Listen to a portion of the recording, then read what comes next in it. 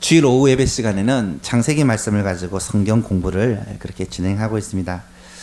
창세기에서 이 3장이 차지하는 비중은 굉장히 큰데요. 왜냐하면 우리 인류에 있어서 가장 큰 문제인 죄의 문제, 죽음의 문제를 이곳에서 말씀하고 있기 때문입니다. 우리가 이미 하나님의 구원 계획의 시작이라는 제목으로 1시간, 또 죄와 그 결과라는 제목으로 2시간에서 총 3시간에 걸쳐서 이 창세기 3장을 쭉 살펴보고 있습니다. 오늘은 마지막 시간입니다. 죄의 결과와 하나님의 은혜라는 제목으로 하나님 말씀을 나누고자 합니다. 하나님은 온 세상 만물을 창조하시면서 사람은 특별하게 창조하십니다. 하나님의 형상을 따라 영적인 존재로 창조하셔서 하나님과 교제하도록 만드셨고요. 모든 창조물들을 다스리고 보존할 수 있는 지혜와 능력을 사람에게 주심으로 이 땅에서 하나님의 어쩌면 대리자로서 하나님의 형상으로서 그런 책임을 감당하게 하십니다. 사람이 행복하게 살 수 있도록 하나님은 에덴의 동산을 지으시고 그곳에 사람이 살아가는 데 필요한 모든 것들을 다 갖춘 다음에 사람을 그곳으로 옮겨 놓습니다. 아담과 하와는 에덴 동산에 살면서 하나님과 교제하고 모든 만물을 하나님의 뜻대로 다스리며 그렇게 행복하게 살았습니다. 하나님으로부터 받은 사명이 생육하고 번성하여 땅에 충만하라, 땅을 정복하라, 개척하라, 하늘에 있는 것과 땅에 있는 것과 땅 아래에 있는 모든 만물들을 다스리라, 보존하고 다스리라는 책임을 받아서 그 사명을 사람이 잘 감당하고 있었습니다. 그런데 하나님은 한 가지, 동산 중앙에 있는 나무, 선악을 알게 하는 나무의 열매를 먹지 말라라고 명령하십니다. 왜냐하면 그 나무는 나를 만드신 나의 창조주 하나님이 계시고 모든 것을 내 뜻대로 내 마음대로 할 수 있지만 하나님의 뜻이 있다라는 것을 깨닫게 하기 위해 이 나무를 하나님께서 주신 것이죠. 하나님이 계시고 그 하나님이 나의 주인 되신다. 나는 그분의 청직이라는 것을 기억하게 하시기 위해 하나님은 한 가지 금령을, 선악과를 먹지 말라는 명령을 주신 것입니다. 그런데 어떻게 되었습니까? 하와가 뱀으로 나타난 사탄에 의해서 미혹을 받고 또 마음에 욕심, 보암직도 하고 먹음직도 하고 지혜롭게 할 만큼 탐스럽기도 한 그 나무에 그만 넘어져서 죄를 범하고 말고 자기 남편에게도 그 죄에 동참하게 합니다. 그러므로 말미암아 인류 최초의 사람 아담과 하와가 범죄를 하게 되죠. 지난 시간에는 그 죄의 결과가 어땠는지를 우리가 살펴보았습니다. 인류 최초의 범죄함 아담과 하와는 죄를 범함으로 2가지 결과가 나타났습니다. 첫 번째는 죄는 관계의 단절을 가져왔습니다. 죄 짓기 전에는 하나님과 사람이 서로 교제하며 그렇게 친밀한 관계를 누렸는데 죄를 짓고 나니까 하나님과의 관계가 끊어진 겁니다. 단절이 된 겁니다. 또한 죄로 말미암아 사람들 사이의 관계도 단절이 됩니다.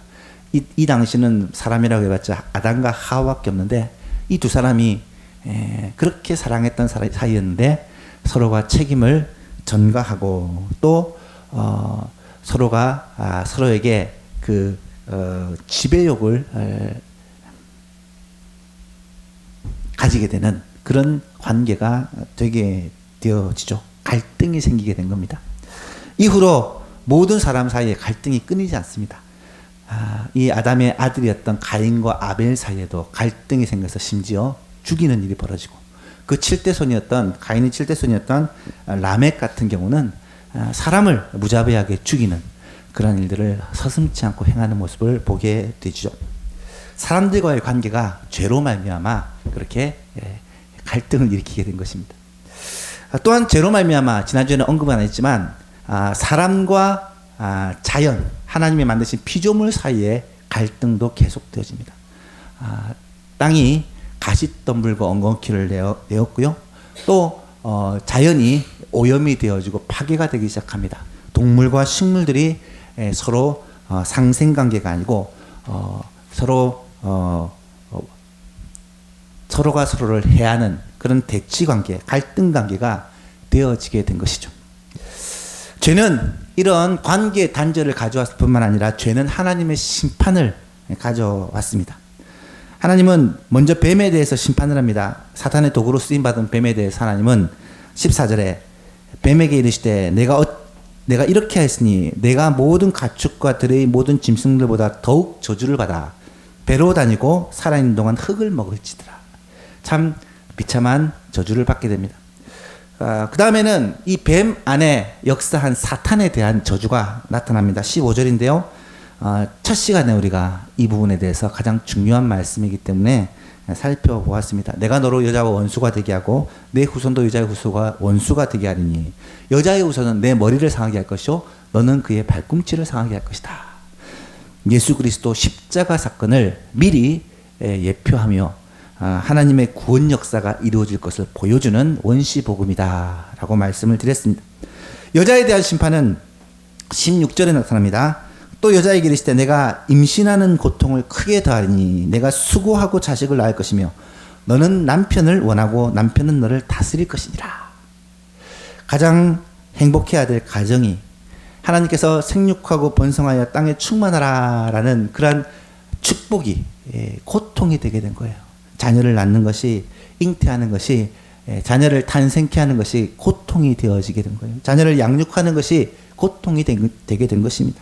뿐만 아니라 하나님께서 우리에게 선물로 주신 이 가정, 남편과 아내와의 이 사랑하고 섬기는 관계가 갈등 관계가 되어서 고통의 현장이 되게 된 것이죠. 이것이 죄로 말미암아 일어난 하나님의 심판입니다.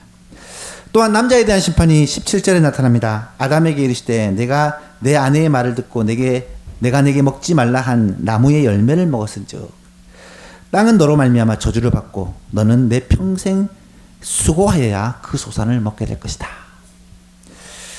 가장 큰 하나님이 주신 복인 이 노동, 일하는 것이 고통이 되어버리는 거예요. 여러분 일하는 것처럼 큰 즐거움이 없습니다. 하나님의 뜻 가운데 하나님께서 이 아담을 통해서 이 동산을 다스리고 경작하며 하나님의 그 일에 동참하도록 하셨는데 이것이 고통스러운 일이 되어버리고 이것이 하기 싫은 그런 일이 되어버린 거예요. 여러분 이런 하나님의 심판이 이 죄의 결과로 나타나게 된 것입니다. 그런데요 심판으로 끝난 게 아닙니다. 오늘 우리가 읽은 본문에서는 그럼에도 불구하고 하나님의 은혜가 나타납니다. 하나님께서 은혜를 베풀어 주신 것입니다. 오늘은 이 죄의 결과로 하나님의 심판에 이어 나타나는 이 은혜에 대해서 함께 생각해 보았으면 좋겠습니다. 첫 번째는 범죄한 직후에 하나님의 구원 계획이 선포되었습니다. 우리가 첫날 살펴봤던 그 원시복음 3장 15절의 말씀이죠. 하나님은 예수 그리스도를 통한 이 구원 계획을 미리 범죄한 그 직후 이미 세우시고 이것을 말씀하셨다라는 것입니다. 두 번째는 여자에게 하와라는 이름을 붙여주셨습니다. 이것이 왜 하나님의 은혜냐? 20절에 보니까 아담이 그의 아내의 이름을 하와라 불렀으니 그는 모든 산자의 어머니가 됩니다라.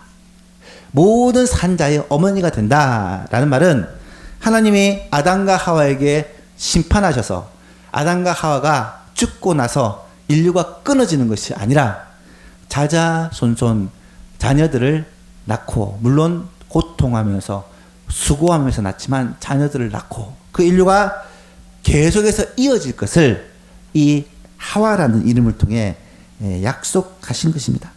하나님의 약속은 이처럼 지금 나에게 머무는 것이 아니라 하나님의 계획과 하나님의 약속은 시대를 초월하고 세대를 뛰어넘는다라는 사실을 우리는 알 수 있습니다. 십계명 가운데 그런 말씀이 있어요. 이계명에 나를 미워하는 자의 죄를 갚되 아버지에게서 아들에게로 몇 대까지요? 3, 4대까지 이르게 하거니와 나를 사랑하고 내 계명을 지키는 자에게는 몇 대까지 은혜를 베푸십니까? 1000대까지 은혜를 베푸시겠다고 약속합니다. 여러분 1000대 한 대가 30년이라고 잡는다면 1000대는 몇 년이에요? 3만 년입니다. 3만 년. 여러분 인류 역사가 아담부터 지금까지 기껏해야 1만 년이 안 되었어요. 그런데 3만 년이라면 무엇을 의미하겠습니까? 영원을 의미하는 영원을. 하나님께서는 천대까지 은혜를 베풀어 주시겠다라고 약속하신 것은 영원토록 은혜를 베풀어 주시겠다라는 약속입니다. 누구에게요? 나를 사랑하고 내 계명을 지키는 자에게. 기껏해야 70년 80년 살면서 하나님을 경외하고 하나님을 사랑하고 그의 계명을 지켰더니 하나님께서는 아예 영원한 축복을 약속해 주신 거예요. 여러분, 이것이 하나님의 은혜예요.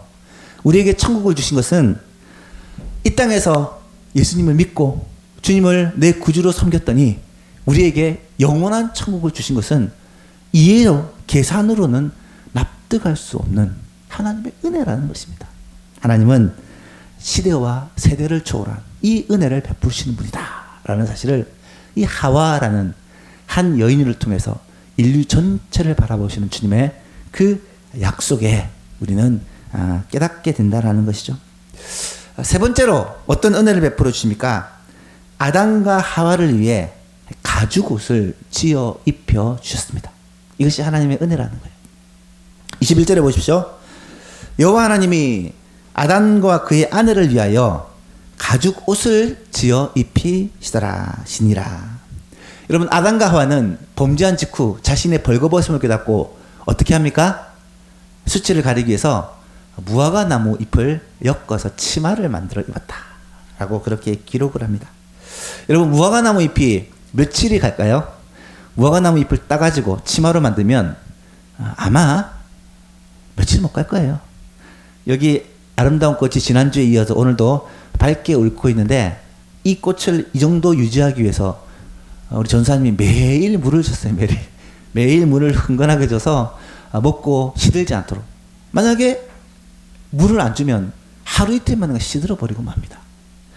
여러분, 이 무화과 나무 치마는요, 며칠 못 가요. 그럼 어떡합니까? 또 새로운 치마를 만들어야 되고 또 새로운 치마를 만들어서 수치를 가리려고 했을 것입니다. 그런데 하나님은 이때 아담과 하와에게 가죽으로 만든 가죽옷을 하나님께서 지어 입히셨어요.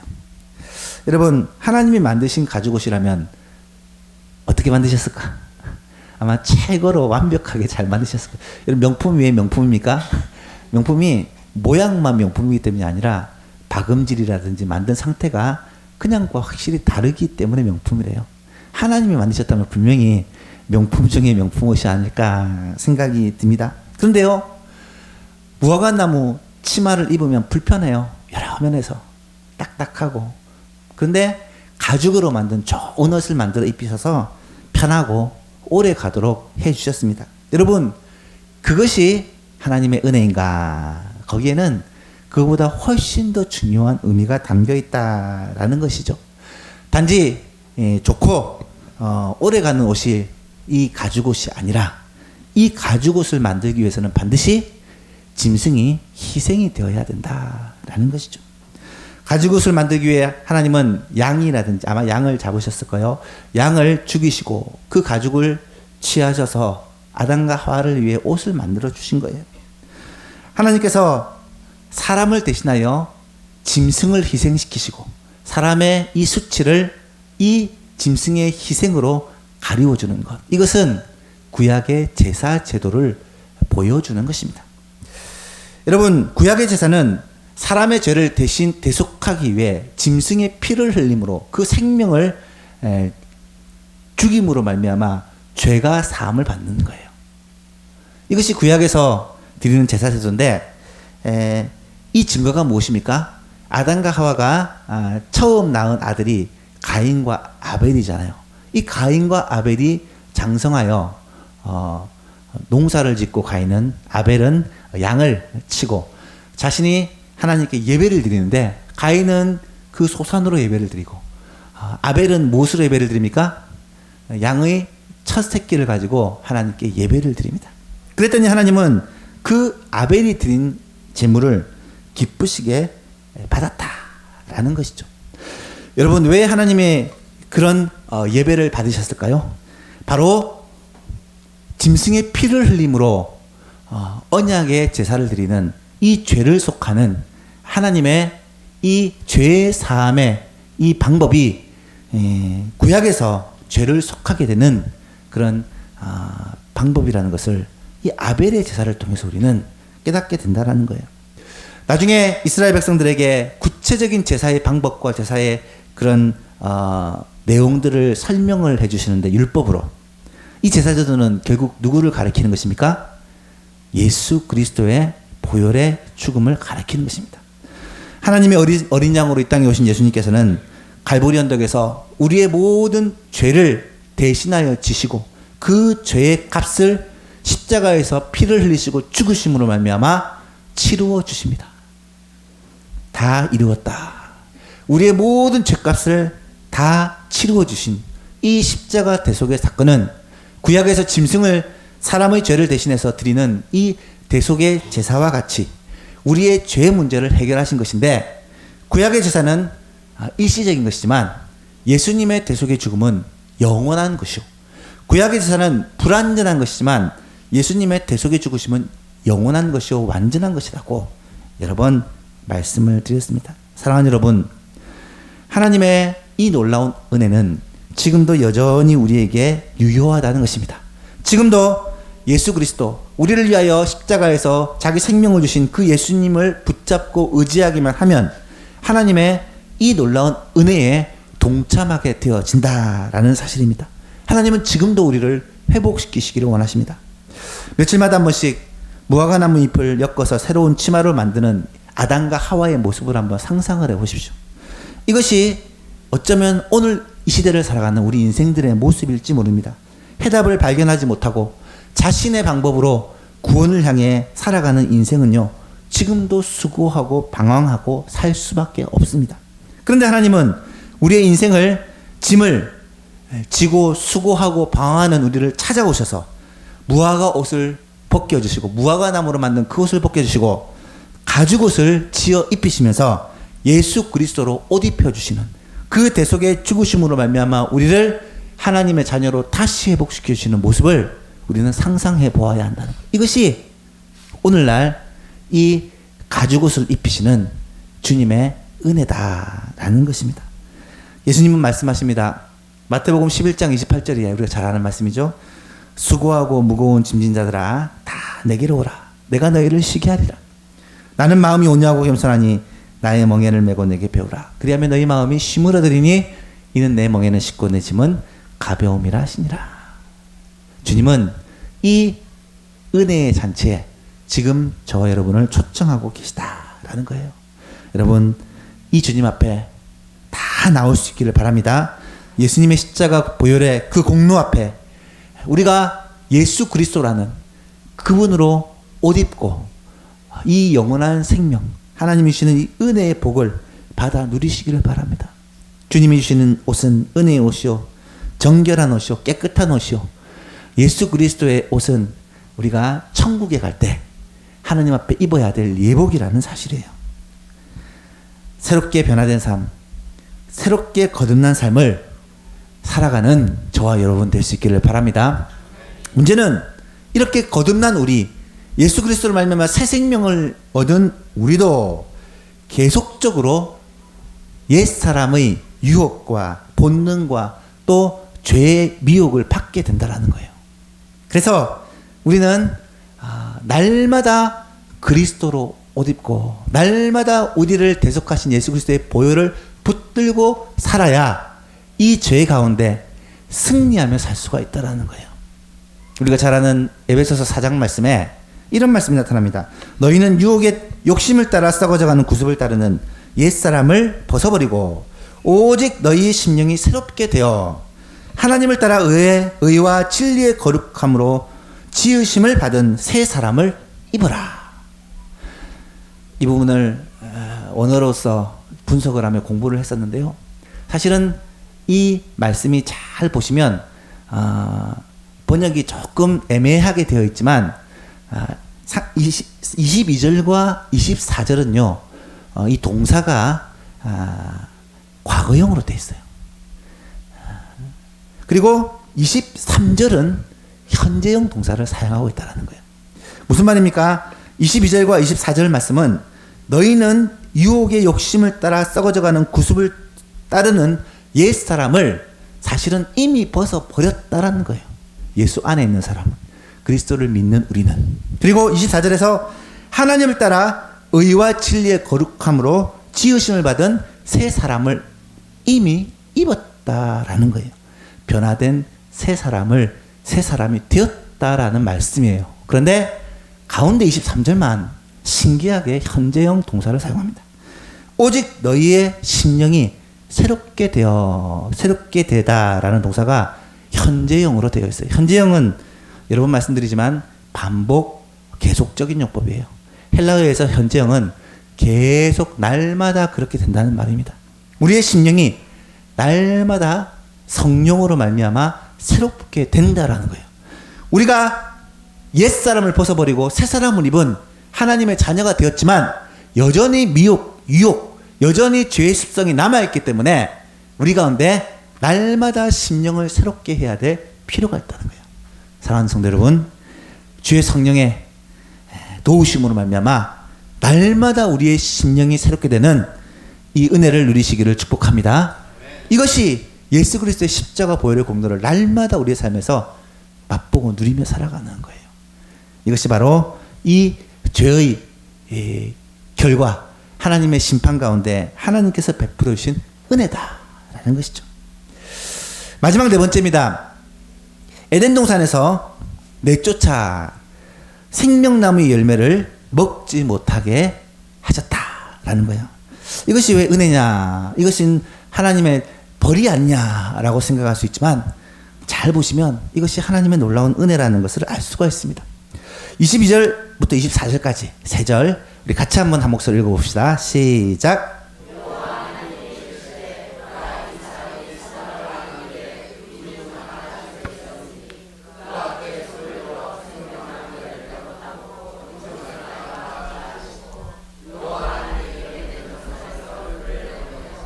그의 근원이 된 땅을 갈게 하시니라. 이같이 하나님이 그 사람을 쫓아내시고 에덴 동산 동쪽에 그룹들과 두루도는 불칼을 두어 생명나무의 길을 지키게 하시니라. 아멘. 이 본문을 좀 강조하는 이유는 이단들이 장난을 칠 때 이런 본문을 많이 이용하기 때문입니다. 22절을 잘 보시면 하나님의 말대로 된 게 아니라 뱀의 말대로 된 것처럼 보여요. 22절을 보십시오. 여호와 하나님이 이르시되 보라, 이 사람이 선악을 알게 하는 일에 우리 중 하나같이 되었으니 그가 그의 손을 들어 생명나무 열매도 따먹고 영생할까 하노라. 하나님은 뭐라고 하셨습니까? 내가 이것을 먹는 날에는 정령 죽으리라 라고 말씀하셨는데 뱀은 뭐라고 말씀합니까? 4절 5절에 뱀이 여자에게 이르되 너희가 결코 죽지 아니하리라. 너희가 그것을 먹는 날에는 너희 눈이 밝아져 하나님과 같이 되어 선악을 알 줄을 하나님이 아심이니라 라고 여자를 미혹했어요. 여러분, 결과적으로 하나님 말씀처럼 되었나요? 뱀의 말처럼 되었나요? 예, 헷갈리죠. 잘 보면 뱀의 말처럼 된 것 같기도 하고 그런 생각이 들 수 있습니다. 우리가 이제 말씀을 배워야 되는 이유가 이런 것 때문이에요. 이런 걸 가지고 이제 미혹을 한다고요. 미혹을 한다고요. 여러분, 죄를 범했더니 하나님 말씀하실 대로 죽은 것이 아니라 오히려 뱀이 말했던 것처럼 선악을 알게 된, 하나님처럼 선악을 알게 되었다. 여러분, 이 말이 어떤 의미일까? 제가 여러 번 말씀을 드리지만 이 죽음이라는 것을 우리가 바로 알아야 됩니다. 죽음은 단지 육신의 호흡이 끊어지는 것, 이것이 죽음이 아니라고 말씀을 드렸어요. 죽음은 분리라고 말씀을 드렸습니다. 우리의 영혼이 우리의 몸과 분리되는 것이 우리의 육신의 죽음이요. 하나님과 우리가 분리되는 것이 사실은 근본적인 영적인 죽음이라고 말씀을 드렸어요. 육신의 죽음은 모든 사람에게 다 있지만 영적인 죽음, 하나님과의 관계가 단절된 사람은 영원한 멸망을 받게 될 수밖에 없다라고 말씀을 드렸습니다. 죽음은 분리요, 관계의 단절입니다. 죄로 말미암아 하나님과의 친밀했던 관계가 단절되었고 죄인인 인간이 의로우신 하나님 앞에 더 이상 나갈 수 없게 되었어요. 하나님이 서늘한 이 동산을 거니시며 아담을 부르셨지만 아담은 그 음성에 응답하지 못하고 도망가고 맙니다. 하나님과의 관계가 무너졌기 때문이죠. 그래서 만들어진 것이 제사제도예요. 죄인인 인간이, 범죄한 인간이 하나님께 나가기 위해서는 이 죄 문제가 해결돼야 되는데 일시적으로나마 이 죄 문제를 해결할 수 있는 것이 제사제도라는 거예요. 그래서 구약에서는 반드시 짐승의 피를 가지고야 하나님 앞에 나아갈 수가 있었던 거죠. 또한 선악과를 먹음으로 말미암아 선악을 아는 일에 하나님과 같이 되었다라는 것은 무슨 말일까? 여기서 하나님이 말씀하시기를 보라, 이 사람이 선악을 아는 일에 우리 중 하나와 같이 되었으니, 이 말을 정말 이걸 먹고 하나님처럼 된 것인가 라고 생각해서는 안 됩니다. 우리 중에 하나라는 것은 삼위 하나님을 가리키는 표현이고요. 선악을 아는 일에 우리 중에 하나와 같이 되었다라는 말이 무슨 의미냐면 가장 오해를 하게 된 근본적인 이유가 이 안다라는 단어를 우리가 잘못 알고 있기 때문이에요. 우리는 안다라는 단어를 흔히 지식적인 알무로 생각하지만 몇 번이나 설명을 드린 적이 있지만 성경에 나오는 이 안다라는 단어는 구약이든 신약이든 지식적인 알을 안다라고 말하지 않습니다. 선악을 아는 일에라는 이 안다라는 단어도 야다를 사용하는데, 이 야다는 반드시 경험을 통해, 관계를 통해 아는 알을 안다라고 말하는 거예요. 선악을 아는 일에 우리 중에 하나가 같이 됐다라는 말은 지금까지는 사람이 죄를 범하지 않았기 때문에 악을 경험해보지 못했던 상태였는데, 하나님을 반역하고 범죄함으로 말미암아 이 악을 직접 행하는 자가 되었고, 이때부터 사람은 악을, 죄를 범하는 것을 할 수 있는 존재, 아니 어쩌면 죄를 의도적으로, 계획적으로, 그리고 하나님을 대적하며 지을 수 있는 그런 죄인이 되었다라는 그러한 의미예요. 참 이게 안타까운 그러한 말씀이에요. 죄악을 아는 일에 하나님처럼 되었다라는 말은 좋은 의미가 아니라, 이제는 사람이, 죄를 알지 못한 순진했던 사람이 이제는 죄에 물들어 하나님을 반역하고 타락하여 죄 짓는 죄인이 되어버렸다라는 그러한 말씀이라는 거예요. 여러분, 이것을 알 수 있는 증거가 무엇입니까? 하나님이 노아의 시대에 인류를 멸하시는 경우가 있었습니다. 인류를 멸절하시기로 결심하게 된 결정적인 사건이 무엇이었습니까? 창세기 6장에 보면 이런 말씀이 나타나요. 여호와께서 사람의 죄악이 세상에 가득함과 그의 마음으로 생각하는 모든 계획이 항상 악할 뿐임을 보시고 땅 위에 사람 지으셨음을 한탄하사 마음에 근심하시고 이르시되 내가 창조한 사람을 내가 지면에서 쓸어버리되 사람으로부터 가축과 기는 것과 공중의 새까지 그리하니 이는 내가 그들을 지었음을 한탄함이라 하시니라.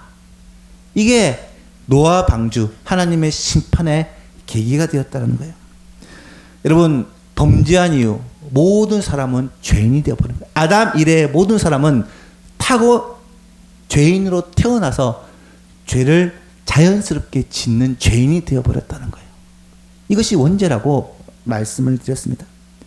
그런데 만약 이렇게 죄를 짓고 죄 가운데 살아가는 죄인이 생명나무의 열매를 맺고 영생을 하게 된다면 그것은 축복이 아니라 저주가 되어버린다는 것입니다.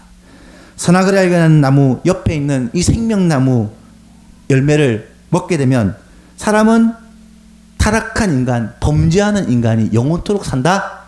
여러분, 이것이 무엇입니까? 이것이 바로 지옥이에요. 죄 가운데 영원토록 사는 것이 바로 지옥이라는 것입니다.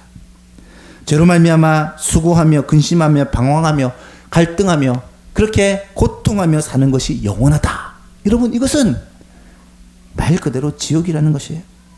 타락한 인간이 생명나무를 따먹는 것은요, 저주 중에 저주가 되어지는 거예요. 그래서 하나님은 이 사람이 생명나무의 열매를 먹는 것을 막으시기 위해 이들을 에덴에서 쫓아내시고 생명나무로 가는 길에 가드를 세워서, 그룹들이라는 것은 천사들이고요, 불칼은, 두루도는 화영검이라고 저는 표현했죠. 칼을 두어서 절대로 접근하지 못하도록 막으셨다는 거예요. 영원히 고통당하는 이 지옥을 사람이 가지 못하도록 하나님이 막으신 것입니다. 따라서 하나님은 범죄한 인간을 위해 기회를 주시기 위해 예수 그리스도를 통한 그 구원 계획을 세우시고 구원의 기회를 주시기 위해 그들이 악한 마음, 악한 의도를 가지고 선악과를 먹고 나서 이 영생 나무의 실과도 먹게 하지 않기 위해 그것을 막으셨다. 이것이 하나님의 은혜였다라는 사실입니다. 사랑하는 여러분, 하나님은요, 범죄한 인간을 위해서 이렇게나 은혜를 베푸셨어요. 하나님은 인간이 범죄한 직후에 인간을 구원하기 위한 계획을 미리 세우시고요, 인간이 범죄한 직후에 하와를 통해 만인의 모든 산자의 어머니라는 이름을 주심으로 하나님이 이 범죄한 인류를 위해서 하나님의 계획을 이어가실 그 세대와 시대를 초월한 계획을 세우셨고요, 뿐만 아니라 가죽옷을 지어 입으심으로 말미암아 하나님께서 대속의 이 죽으심의 그 예표를 보여주셨으며, 마지막으로 그들이 영원히 멸망하지 않기 위해 이 생명나무의 실과를 먹지 않도록 막아주셨다는 거예요. 이 하나님의 은혜는 지금도 우리에게 그대로 유효하다는 것입니다.